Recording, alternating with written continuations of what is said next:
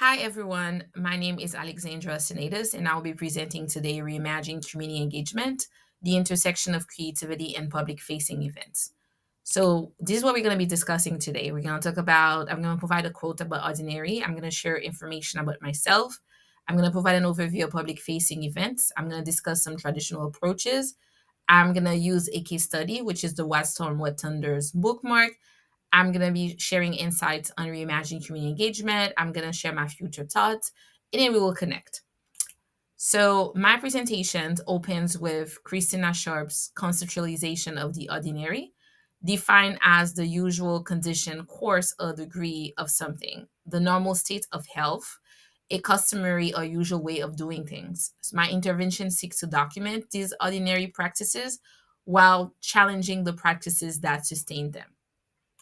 So let me share a little bit about me. I'm Alexandra Cenatus. I'm a director of programs at Maryland Humanities, where my work centers on making humanities programming accessible and engaging for communities across Maryland.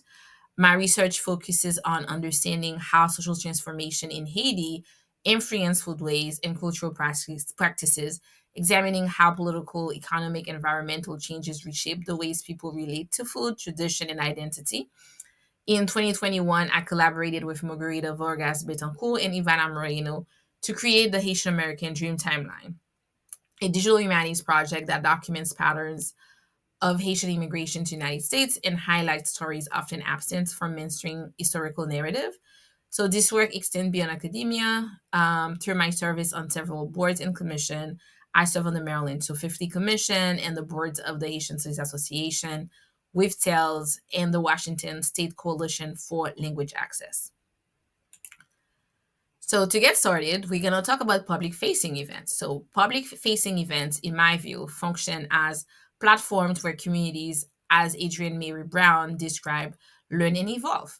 This gathering, whether it's festivals, exhibitions, workshops, and conferences, create temporary spaces that catalyze collective experience to three dimension commemoration of historically significant dates that have shaped a place in its people, exemplified by Martin Luther King Jr. Day observances on January 19, responsive dialogues addressing urgent community needs or social challenges, such as the convergence of COVID-19 and Black Lives Matter, protests in 2020, and the construction of new narratives through intentional collaboration that embodies Brown's vision of practicing the world we wish to see.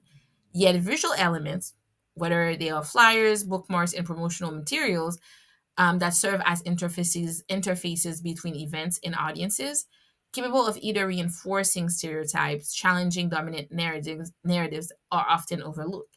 This visual manifestation represent the first entry point to public-facing programs, offering audiences clues about program content, representation, and potential synergies with their interests.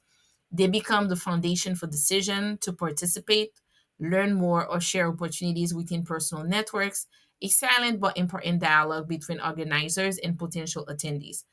Despite their significance, these visual materials remain an afterthought in program development.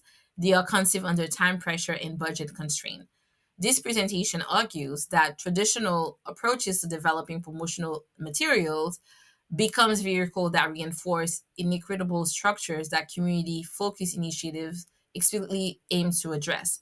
Drawing on multiple intervention, including Rose Benjamin's 2024 perspective on imagination, Bell Hook's theorization of visual arts, and my lived experience in creating public-facing events, my analysis examined how visual design can either perpetuate or disrupt system of exclusion, determining whether promotional materials serve as barriers or bridge to meaningful community engagement.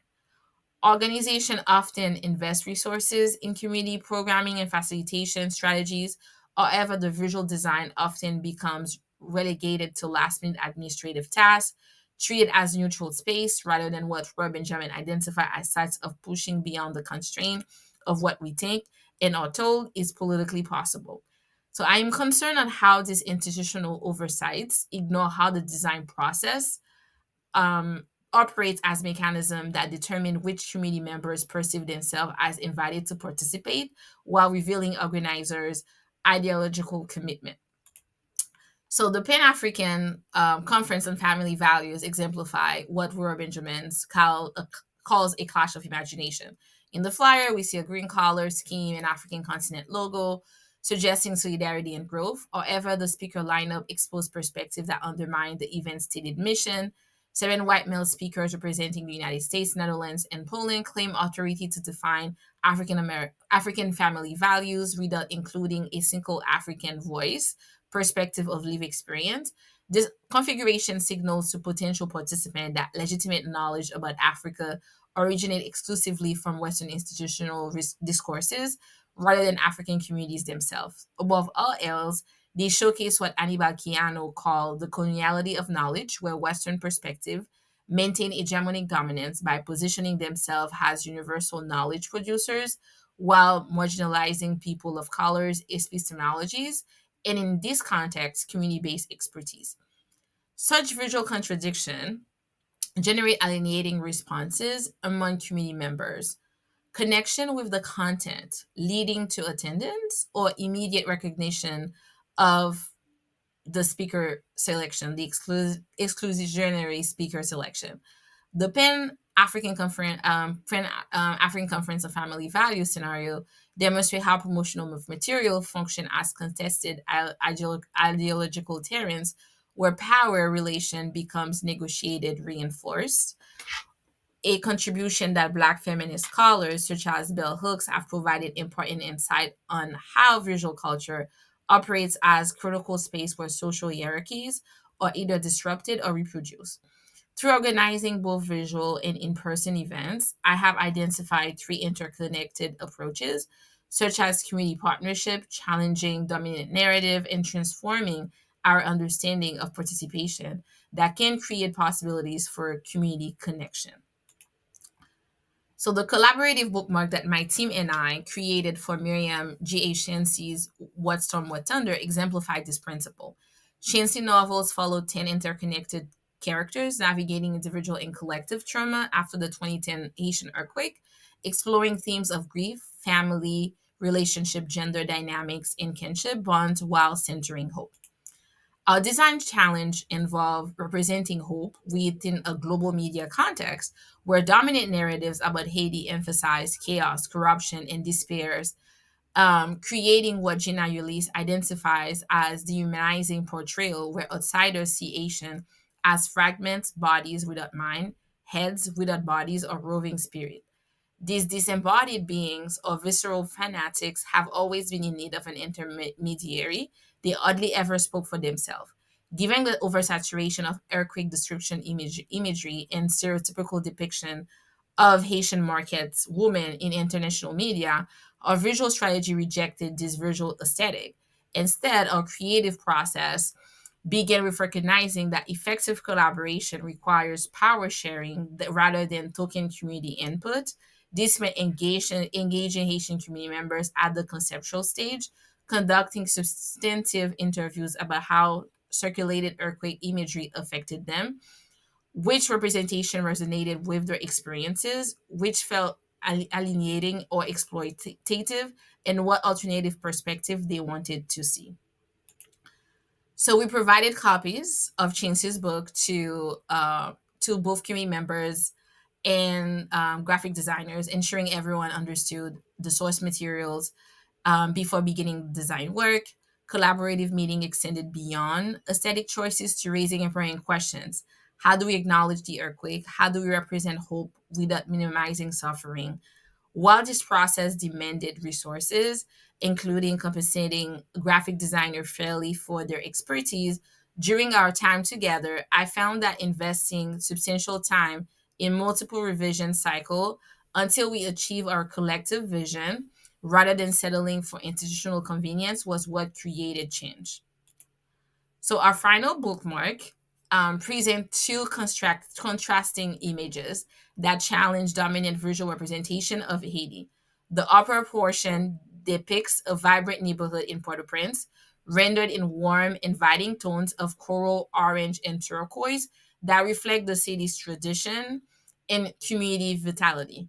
Here we engage with Roy Benjamin's notion of cultivating everyone's creativity and curiosity is useful. As she adds, the most effective means to refute prevailing ideologies it's do so collectively by crafting new stories, um, images, and ways of interacting, and investment in those we have denigrated and discarded.